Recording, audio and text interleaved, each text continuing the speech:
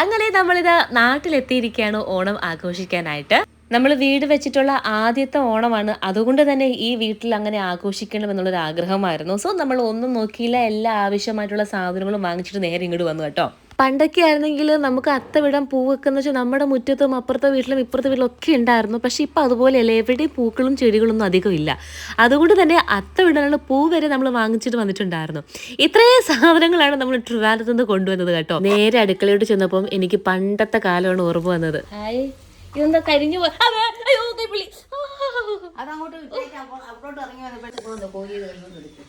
കളിയോടയ്ക്ക.